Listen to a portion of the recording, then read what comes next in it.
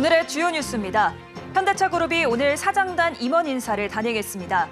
장재훈 현대차 사장을 부회장으로 승진시키고 사장 자리에 창사 이래 처음으로 외국인을 선임하는 파격 인사를 단행해 눈길을 끌었습니다. 소액주주의 권익을 강화한다는 취지로 더불어민주당이 상법 개정안을 당론으로 채택했습니다. 하지만 경영계에선 정상적인 경영활동을 위축시킬 거라며 반대 목소리를 높이고 있습니다. 이슈플러스에서 자세한 내용 짚어봅니다. 앞으로 은행도 부동산 장기임대주택 사업을 할 수 있게 됩니다. 정부는 부동산 PF 제도 개선 방안에 따라 규제를 풀겠다는 계획인데 현장에선 수익성 등의 의문을 제기하는 목소리가 나옵니다. 글로벌 시장에서 대형 방산 프로젝트가 열리며 국내 방산 기업들이 수주에 열을 올리고 있습니다. 우리 기업 간 지나친 경쟁이 수주 경쟁력을 떨어뜨린다는 지적이 나오고 있습니다.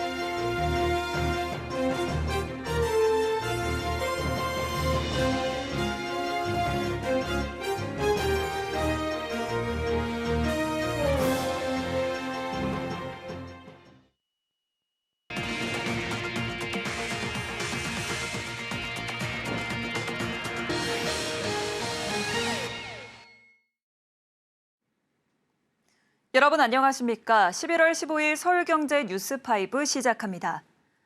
현대자동차그룹이 오늘 장재훈 현대차 사장을 부회장으로 승진시키고 현대차 최고 경영자에 창사 이래 처음으로 외국인을 선임하는 파격 인사를 단행했습니다. 미래 불확실성에 대비하기 위해 경쟁력 강화에 나서는 모습입니다. 이혜란 기자입니다. 현대차그룹이 현대차 대표이사인 장재훈 사장을 완성차 담당 부회장으로 승진 임명했습니다. 장 사장은 지난 2020년 12월 현대차 최고 경영자인 대표이사 사장이 된 지 4년 만에 부회장에 오르게 됐습니다. 이로써 2021년 윤여철 부회장 퇴임으로 사라졌던 현대차 부회장 자리가 3년 만에 부활하게 됐습니다. 장 신임 부회장은 사장 취임 후 코로나 팬데믹과 우크라이나 전쟁 등 지정학 리스크, 전동화 전환 트렌드 속에서 현대차의 최대 실적을 이끈 장본인으로 평가받고 있습니다. 또 현대차의 미래 성장 동력인 수소 이니셔티브와 인도 기업 공개를 성공적으로 이끈 성과를 인정받아 이번에 부회장으로 승진했다고 현대차그룹은 설명했습니다. 장 신임 부회장은 상품 기획부터 공급망 관리, 제조 품질에 이르는 밸류체인 전반을 관할하며 완성차 사업 전반의 운영 최적화, 사업 시너지 확보를 도모할 것으로 관측됩니다. 장 사장이 맡던 현대차 대표이사 사장 자리는 호세 무뇨스 현대차 최고 운영 책임자 겸 북미 권역본부장이 물려받게 됐습니다. 현대차 CEO인 대표이사 자리에 외국인이 선임된 건 1967년 현대차 창사 이래 처음입니다. 호세 무뇨스 사장은 북미 지역 호실적을 이끌었다는 평가를 받고 있습니다. 대외 협력, 국내외 정책 동향 분석 등을 총괄하는 그룹 싱크탱크 수장에는 성김 현대차 고문혁을 사장으로 영입해 임명할 예정입니다. 최준영 기아 국내 생산 담당 및 최고 안전보건 책임자 부사장과 이규복 현대글로비스 대표이사 부사장은 각각 사장으로 승진했습니다.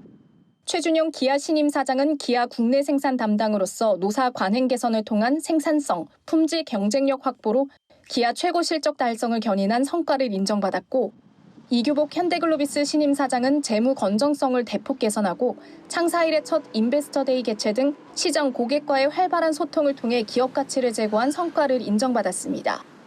건설 계열사에선 이한우 현대건설 주택사업본부장이 부사장으로 승진해 현대건설 대표이사가 됐고 현대엔지니어링은 주우정 기아 재경본부장이 사장 승진 후 대표이사를 맡을 예정입니다. 현대차그룹 관계자는 이번 인사는 성과주의 기조에 입각해 이뤄졌다면서 미래 불확실성 증가에 대비해 성과, 역량이 검증된 리더를 그룹사 대표이사에 과감히 배치했다고 설명했습니다. 서울경제TV 이혜란입니다.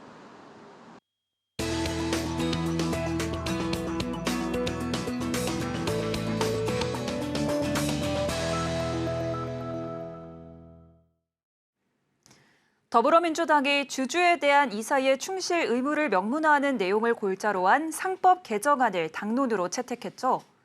소액주주의 권익을 강화한다는 취지지만 경영계에선 정상적인 경영활동을 위축시킬 거라며 반대 목소리를 높이고 있습니다. 관련해서 이야기 나눠보겠습니다. 한국경제인협회에서 유정주 기업제도팀장 나왔습니다. 안녕하세요. 네, 안녕하세요. 네, 우선 세계 증시는 트럼프 랠리인데 한국 증시만 추락하고 있습니다. 한국 증시만 소외되는 현상을 어떻게 좀 보십니까? 여러 가지 이유가 있겠지만 요약해서 말씀드리자면 대내외 환경이 모두 어렵기 때문입니다. 트럼프 당선으로 바이든 행정부가 추진하던 반도체 지원법, IRA 보조금 축소 가능성이 제기되고 있습니다.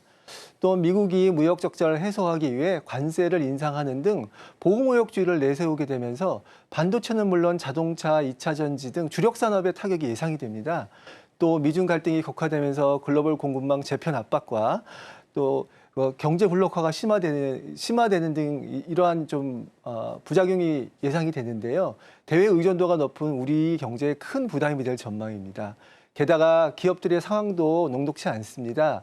올해 상반기 내수기업 매출은 전년 동기 대비 1.9% 감소했는데 이는 코로나 첫 해였던 2020년 이후 첫 역성장입니다.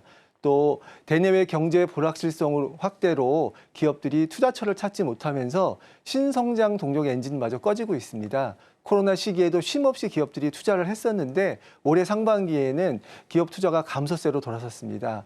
대외 불확실성이 커지는 상황에서 내수도 좋지 않고 미래마저 어둡기 때문에 투자자들이 대한민국을 좀 외면하는 것이 아닌가 생각됩니다. 네, 일부에서는 한국 증시 디스카운트의 원인을 기업 지배구조 탓으로 보는데 어떻게 좀 보십니까? 네. 사실 그동안 우리 오너 중심의 대기업 체제를 비난을 하면서 여러 가지 규제를 도입했습니다. 하지만 이런 규제가 우리 증시 활성화에 어떤 효과가 있었는지는 좀 생각해 봐야 될 것 같습니다. 오히려 글로벌 스탠다드에 어긋나는 규제로 한국 기업들이 겪는 역차별과 부작용이 현재 매우 심각한 상황입니다. 예를 들어 한국 기업은 대주주가 아무리 지분을 많이 들고 있어도 딱 3%까지만 의결권 행사가 가능합니다. 이것을 소위 3% 룰이라고 하는데 이 규제는 1인당 소득이 87달러에 불과했던 1962년도에 만들어진 겁니다.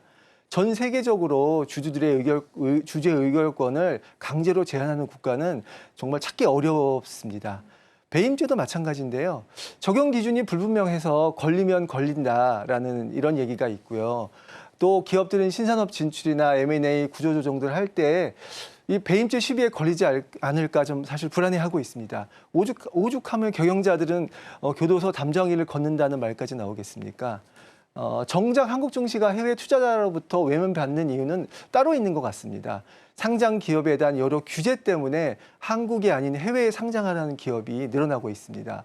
토스를 운영하는 비바, 레푸블리카, 야놀자, 무신사 등 기업 가치 1조 원 이상의 토종 유니콘들이 나스닥 상장을 저울질하고 있습니다.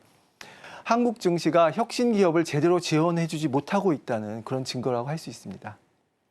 네, 두산이나 LG 사례처럼 기업 구조조정 과정에서 소액주주가 피해를 보는 경우가 많습니다. 경영자들이 소액주주에 대한 배려 없이 일방적으로 사업을 재편한다는 게 가장 큰 문제점으로 꼽히는데요. 그래서 상법 개정 얘기도 나온 거 아닐까요? 네, LG화학이 이제 차세대 성장 산업의 배터리 사업 육성과 이제 지원을 위해서 회사를 분할해서 LG 엔소를 이제 설립을 했고 이제 그거를 증시에 상장했습니다. 이제 이 과정에서 LG화학 모회사 주주가 주가 하락으로 손해를 입었다는 건데요.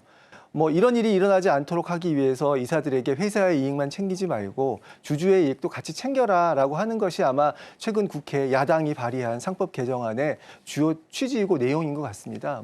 취지는 좋습니다. 그러나 좀 세밀하게 따져봐야 되는 것이 과연 이 조항으로 이 법이 개정된다고 해서 이게 입법 취지를 달성할 수 있을 것이냐, 이 부분은 또 다른 문제인 것 같습니다. 사실 문제가 계속 발생하는 부분이 회사의 합병 분할, 소위 말하는 M&A 과정에서 소수주주들이 이익이 침해당했다라는 부분입니다. 그래서 사실 이 부분을 외과 수술 차원에서 정밀하게 개선을 하면 됩니다. 예를 들어서 자본시장법에서 합병 비율이 잘못됐다. 그럼 산정 기준을 제도적으로 바꾼다든지, 자회사 상장 시에 모회사 주주가 손해를 봤다. 그럼 이에 대한 보완책을 마련하거나, 또 합병 분할을 반대하는 주주에 대해서는 내가 가지고 주식 사달라, 주식 매수 선택권을 행사하거나 하는 방식으로 해결하면 됩니다. 만일에 상법 개정이 통과되면 이게 헤지펀드나 해외 투기 자본이 주주이익 보호라는 추상적인 개념을 가지고 회사의 이사들을 배임죄로 고발한다든지 손해배상 소송을 한다든지 좀 경영권을 위협하는 일들이 벌어질 겁니다. 그렇게 되면 이제 회사 경영자들은 온갖 사법 리스크와 송사에 시달리게 되면 과연 경영자들이 이런 위협을 겪어가 좀 이렇게 극복해 가면서 과연 과감한 의사결정을 할 수 있을지 의문입니다. 네, 대체 이 이사 충실 의무가 무엇인지 네. 경제계가 느끼는 우려사항이나 부작용은 좀 무엇이라고 볼까요? 대체로 시장에선 이사 충실 의무를 좀 오해하는 측면이 없지 않습니다. 우리 이사 충실 의무가 상법에 규정된 건데 이 규정은 사실은 이사가 자신의 이익과 회사의 이익이 충돌할 때 회사의 이익을 우선하라는 겁니다. 왜냐하면 이사는 많은 정보들을 가지고 있기 때문에 사적인 이익을 추구할 유혹이 많습니다. 그런 짓 하지 말라는 거고요. 만약에 이런 취지에, 이 법 취지에 맞지 않게 이사 충실 의무 대상을 주주까지 확대하면 앞에서 언급한 것처럼 소송 남발 등 법적 리스크가 커질 거로 보입니다. 투자나 M&A 등으로 불이익을 받았다고 판단하는 주주들이 배임죄로 고발하거나 또 손해배상 소송을 할 수 있기 때문입니다. 실제로 미국에서는 회사가 인수합병 계획을 발표하면 이사들이 건당 한 3건에서 5건 정도의 대표 소송을 당하게 됩니다. 또 2009년부터 2018년까지 10년간 미국 상장 회사의 인수합병 거래를 분석해 보면 매년 인수합병 거래의 71%에서 94%가 주주 대표 소송을 당한 것으로 나타났습니다. 이렇게 되면 이게 밸류업은커녕 경영 효율성 저하로 인해서 기업 가치 하락이 우려가 됩니다. 이사가 소수주주뿐만 아니라 여러 가지 행동주의 펀드, 헤지펀드, 국민연금, 기관 투자자 다양한 주주의 이익을 모두 고려해야 되는데 꼭 고려해야 될 뿐만 아니라 배임죄 리스크도 감당해야 되는데 이러면 신산업 진출은 사실 매우 어려워집니다. 지난 1983년에 삼성이 반도체 산업에 진출하면서 1987년까지 누적 적자가 약 1,400억에 이뤘습니다. 근데 만약에 이런 이사 충실 의무가 도입이 된다면 주주들이 가만히 있지 않을 거거든요. 이런 신산업 투자는 굉장히 어려워질 것으로 보입니다. 여기에다가 이제 행동주의 펀드 타켓이 되는 우리 기업들이 또 많이 늘어나게 되면 또 행동주의 펀드가 요구하는 배당 확대라든지 자사주 매입 소과 이런 압력들을 이런 압력들을 심하게 많이 받게 될 것 같습니다. 네. 네, 그렇다면 이 코리아 디스카운트 해소 방안이 좀 있을까요?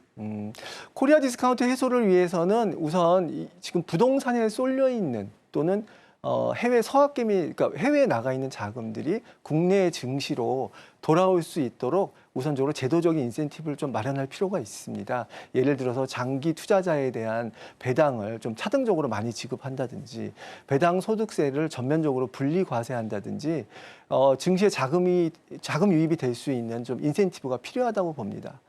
또 주식시장 투자를 유도할 수 있는 사실 가장 큰 요인은 이런 것보다도 기업들이 신산업에 진출하는 겁니다. 미국 엔비디아 같은 데들은 그러니까 우리나라에는 미국 엔비디아처럼 신산업을 주도할 만한 기업이 국내 시장에서는 보이지 않는 것이 사실입니다. 따라서 기업이 신산업에 도전할 수 있도록 규제 완화 등 신기업적 경영 환경을 만들어줘야 합니다. 그런데 반대로 만일 이사의 충실 의무 확대와 같이 규제만 강화한다면 국내 주식시장의 미래도 없다고 생각합니다. 네, 유정주 기업제도 팀장님과 이야기 나눠봤습니다. 오늘 말씀 고맙습니다. 네, 감사합니다.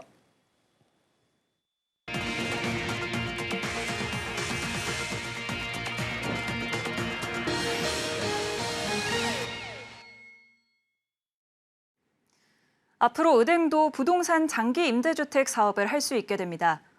정부는 부동산 프로젝트 파이낸싱 제도 개선 방안에 따라 규제를 풀겠다는 계획인데요. 하지만 현장에서는 수익성 등의 의문을 제기하는 목소리가 나옵니다. 이연아 기자가 보도합니다. 정부는 어제 부동산 PF 제도 개선 방안을 발표하면서 은행과 보험사가 장기 임대주택 사업에 참여할 수 있게 규제를 풀겠다고 밝혔습니다. 현 은행법에 따르면 은행은 업무용 목적 외에 부동산 소유가 허용되지 않고 부수 업무나 자회사 방식 비금융 업무 수행도 제한적으로 허용되는 수준입니다. 또 은행이 펀드 방식의 간접 투자를 진행할 경우 출자분에 대한 400%의 위험 가중치를 부여해 진입 부담이 있습니다. 금융위원회는 내년 은행법 시행령 개정을 통해 은행이 장기 임대주택 사업자 지분 15% 이상 소유를 허용하도록 제도 개선을 한다는 계획입니다. 자회사 소유 형태 임대사업 참여가 가능하도록 규제를 풀겠다는 목표입니다. 또 펀드 등 간접 투자 방식도 위험 가중치 부담을 완화해 참여를 유도하겠다는 계획입니다. 정부는 은행이 장기 임대주택 사업에 진출해 부동산 PF 사업장의 자기 자본을 확충하고 주택 공급에 기여할 것을 기대하고 있습니다. 장기적으로 자본력을 갖춘 은행이 임대사업자로 주택 공급 확대에 나선다면 부동산 PF 사업이 고금리 대출에 의존할 가능성이 줄어들고 부동산 시장 안정에 큰 역할을 할 것이란 전망입니다. 하지만 금융권에서는 은행이 장기 임대주택 사업자로 참여한다면 수익성보다는 사회공헌 사업 성격이 될 것으로 전망하고 있습니다. 또 은행이 자회사를 통해 부동산을 직접 소유하기보다 펀드 등 간접 투자 방식 사업을 꾸릴 가능성이 높다는 의견입니다. 일각에서는 또 다른 형태의 상생금융이란 의견과 주택공급 과제를 새로 떠안는 것 아니냐는 목소리도 나옵니다. 금융당국은 내년 금융사의 장기 임대주택 사업 규제 완화를 위한 관련법 시행령 개정 작업 전 업권별 현장 의견 수렴 과정을 거칠 것으로 전망됩니다. 서울경제TV 이연아입니다. 폴란드, 캐나다 잠수함 사업 등 대형 해양 방산 프로젝트가 열리며 국내 방산 기업들이 수주에 열을 올리고 있습니다. 그런데 국내 기업의 지나친 경쟁이 오히려 경쟁력을 저해한다는 지적이 나오고 있는데요. 김효진 기자입니다. 국내 방산 기업 간 지나친 경쟁이 수주 경쟁력을 약화시킨다는 지적이 나오고 있습니다. 통산 방산 수출에는 기술력과 가격 외에도 외교력과 정치적 요인 등 국가의 지원도 중요한데 한 건에 여러 업체가 참여할 경우 정부의 비공식적인 물밑 지원이 분산된다는 겁니다. 방산 관계자에 따르면 최근 우리 기업들의 호주 호위함 사업 탈락에는 이런 과열 경쟁으로 인한 지원 분산이 작용한 것으로 알려졌습니다. 이번 호위함 수주전 외에도 폴란드의 잠수함 발주 사업 오르카 프로젝트, 캐나다의 잠수함 발주 사업 CPSP 입찰 경쟁에 HD 현대중공업과 하나오션이 모두 뛰어든 상황. 모두 수십조 원 단위의 대형 프로젝트인데다가 우리 기업들이 조선 기술력 강점을 가지고 있어 수주 기대가 크지만 호주 프로젝트 때처럼 탈락할 수 있다는 우려도 나오고 있습니다. 글로벌 방위사업 수주전에 한국가에서 여러 기업이 참여하는 건 이례적이라는 게 업계의 설명입니다. 일본의 경우 해외 방산 수주전에 단일 기업이 참여할 수 있도록 조율하고 있다는 것. 전문가들은 우리 기업 간 공정한 경쟁이 이뤄질 수 있도록 대책을 마련해야 하고 글로벌 시장에서 정부 지원이 분산되지 않도록 단일 기업이 정부와 협조해 효과적으로 수주 전략을 짜야 한다고 조언하고 있습니다. 서울경제TV 김유진입니다. 빅5로 불리는 대형 손해보험사 5곳이 올해 3분기까지 7조 원에 달하는 순이익을 내며 또다시 사상 최대 실적을 기록했습니다. 업계 2위 자리를 놓고 DB손해보험과 메리츠 화재가 박빙 경쟁 구도를 이어가는 가운데 1위와의 격차도 좁혀지면서 업계 실적 경쟁이 치열한데요. 여기에 금융당국이 고무줄 회계의 주범으로 지목된 주요 상품의 계리 과정에 일률적인 가이드라인을 제시하면서 업계의 지각 변동 가능성이 커졌습니다. 김도화 기자가 보도합니다. 5대 대형 손해보험사의 올해 3분기 누적 당기순이익은 6조 6,916억 원. 지난해 같은 기간보다 20% 넘게 늘어나며 사상 최대 실적을 기록했습니다. 삼성화재는 3분기 누적 1조 8,665억 원의 순이익을 기록하며 업계 1위 자리를 지켜냈습니다. DB손해보험은 3분기 누적 1조 5,780억 원의 순이익을 내며 2위를 기록했습니다. 지난해 같은 기간 대비 23% 넘게 성장하며 1위와의 격차를 2,800억 원대로 좁혔습니다. 메리츠 화재는 올해 3분기 지난해보다 15% 늘어난 1조 4,928억 원의 누적 순이익을 기록하며 DB손보를 바짝 추격했습니다.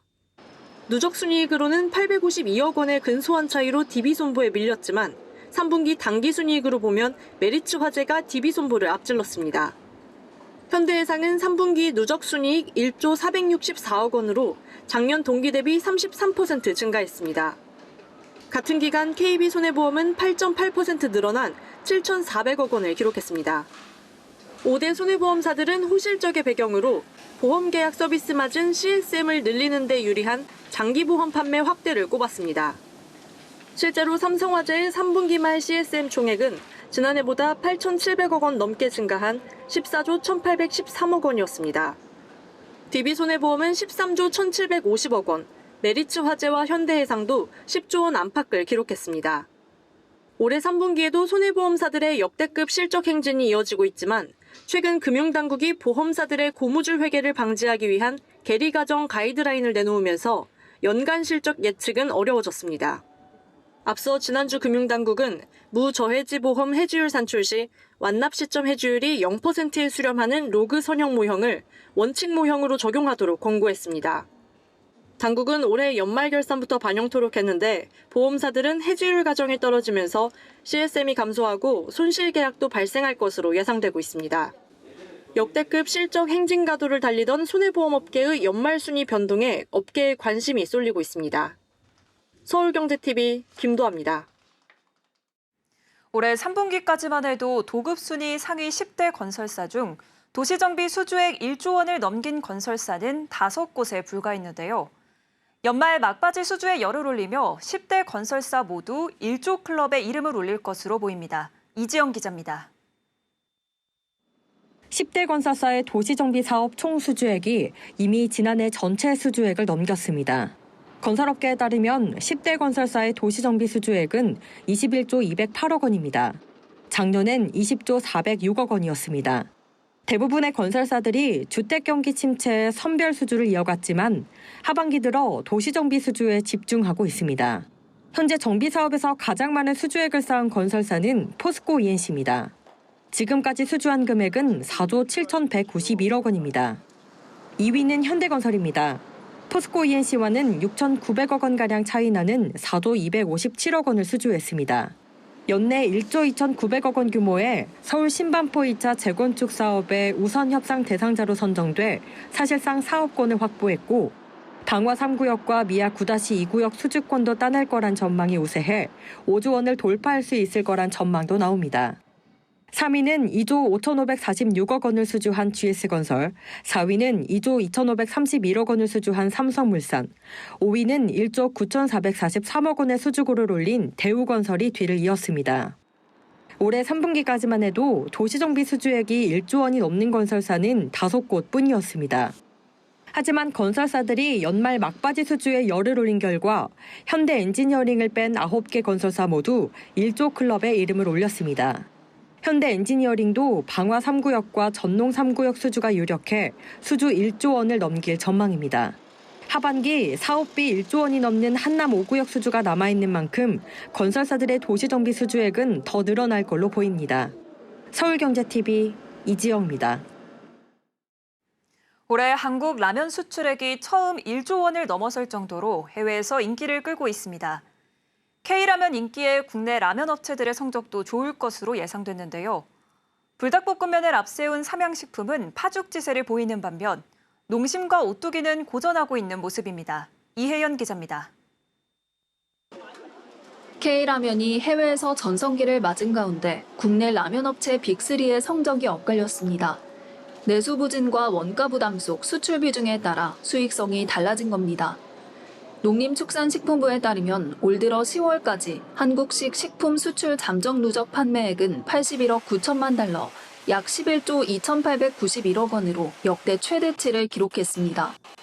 이 중 라면 수출액은 약 1조 4천억 원을 기록하며 식품 수출액 중에는 1위를 차지했습니다. 불닭볶음면을 내세워 세 자릿수 성장률을 기록한 삼양식품. 올해 3분기 873억 원의 영업이익을 냈는데 전년 같은 기간과 비교해 101% 증가했습니다. 매출액은 31% 증가한 4,389억 원을 기록했습니다. 전체 매출의 78%가량을 해외 시장에서 거둔 삼양식품은 수출에 더욱 집중한다는 계획. 아시아, 미국을 넘어 인도네시아, 유럽의 판매 법인을 신설하고 내년 상반기 밀양 2공장 완공 후 미국 수출 물량을 확대한다는 전략입니다. 향후 해외 판매 법인을 중심으로 매출을 더 확대해 나갈 계획이며 내년 상반기 밀양 2공장이 완공되면 해외 시장 진출에 더 속도가 붙을 것으로. 상대적으로 내수 비중이 큰 농심과 오뚜기는 올해 3분기 실적이 주춤한 모습입니다. 특히 농심은 해외 사업의 성과에도 불구하고 내수와 중국 시장에서의 부진에 따라 영업이익이 32.5% 감소한 376억 원을 기록했습니다. 오뚜기 역시 3분기 영업이익이 636억 원을 기록해 1년 새 23.4% 줄었습니다. 농심과 오뚜기는 신제품을 앞세워 실적 회복을 노리고 있습니다. 농심은 신제품 신라면 툼바 글로벌 출시, 미국 법인 용기면 라인 증설 등 해외 시장 공략을 강화한다는 계획입니다. 오뚜기도 리뉴얼한 진라면 등 주요 제품의 국내외 마케팅을 강화하고 소비자 기호에 맞는 신제품을 꾸준히 낸다는 전략입니다. 서울경제TV 이혜연입니다.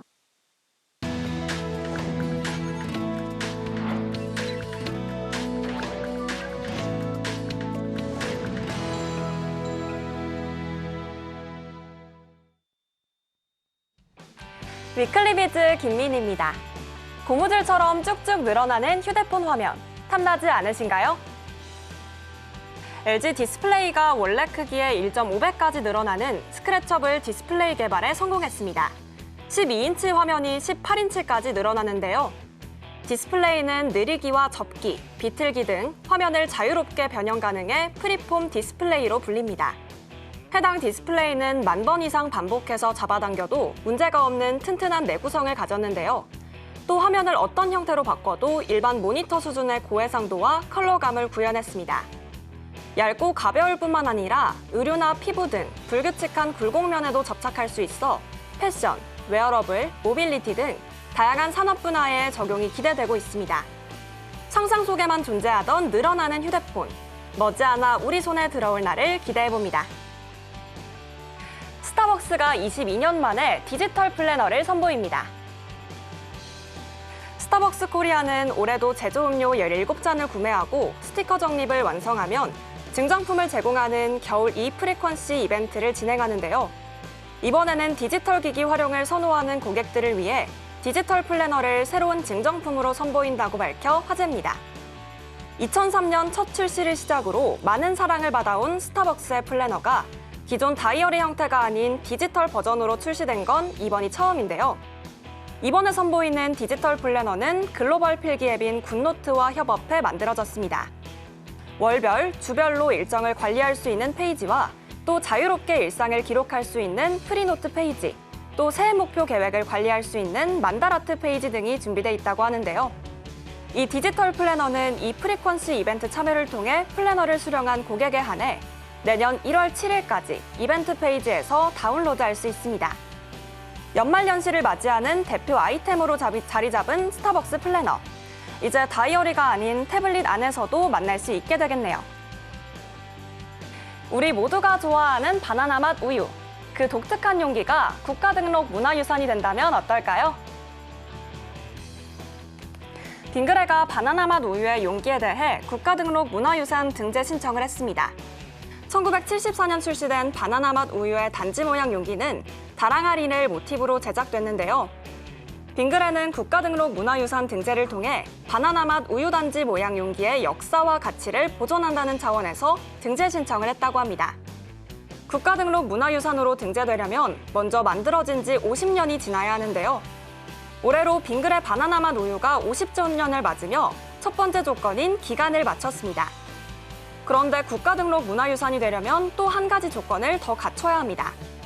역사, 문화, 예술 등 각 분야에서 기념이 되거나 상징적 가치가 있어야 하는데요. 바나나 맛 우유는 50년 동안 95억 개가 팔렸고 바나나 우유 하면 바로 떠오르는 대표 스터디셀러라는 점에서 충분한 역사와 가치를 가진다는 의견이 있습니다. 다랑아리 용기에 담긴 바나나 맛 우유. 국가문화유산의 반열에 오를지 궁금해집니다. 아이들에게 김장 문화를 가르치는 김치 키트가 있다면 어떨까요? 풀무원 푸드머스의 풀스키즈가 어린이들의 김장문화 체험을 돕는 전통 김치 만들기 키트를 출시했습니다. 풀무원은 김치를 한국식 문화업으로 정의하고 김치와 김장문화 확산에 많은 노력을 기울이고 있는데요. 매년 김장철과 김치의 날에 맞춰 다양한 김장 체험 키트를 선보이며 아이들이 김장 문화를 체험할 수 있도록 돕는 겁니다. 올해는 단호박, 백나박 김치, 홍식 깍두기, 신선 안삭김치 3종을 출시했습니다. 단호박과 홍시를 이용해 김치의 매운맛을 조절하고 또 단맛을 더해 아이들의 입맛에 맞는 김치를 만들 수 있도록 재료를 구성했는데요. 또 전통김치 교육 활동지와 김장체험 활동 안내 동영상을 더해 어린이들이 한국 전통 문화인 김치와 또 김장 문화를 재미있게 이해할 수 있도록 도왔습니다. 김치 키트가 미래 세대에게 한국 대표 문화 김장을 알려주는 좋은 선생님이 되겠네요. 위클리 비즈였습니다.